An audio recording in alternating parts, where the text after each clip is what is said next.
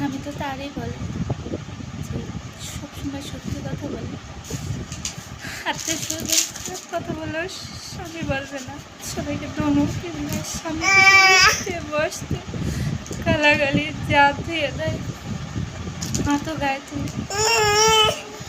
স্বামী বলে বলে তোমরাই জানো।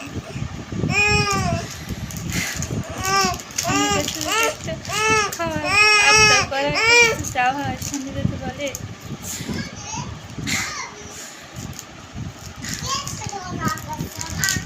ইনকাম করে রাখি না পারবো না, কালকে ঘটনা ধরো ছেলে পেলে খাইয়ে তো রাত 10টা বাজে বাপ মেরেছে, এদের ছোটো মেয়ে এটা কান্না করছে, এত না থামায় ধমকাছে, আমি নাচ আঁকাবাকি করে শুয়েছে,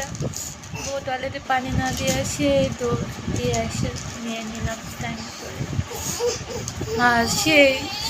পুরো ধরো মার এরই পরে শুনে না, তোর যদি দুঃখটাই না বোঝে খবরটাই না বোঝে, যদি বলে এখানে বাবু ছেলে পেলে কাদায় ই করে মাকে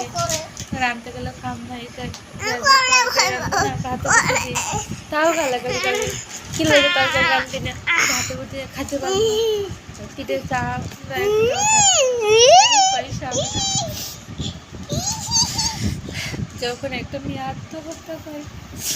গলায় ফাঁসি দেয়, বিষ খায়, তখন বড় বড় হেডলাইনে ছাপা হয়, রাত পর্যন্ত খবর হলাই না, তার কেউ জানতেও চায় না।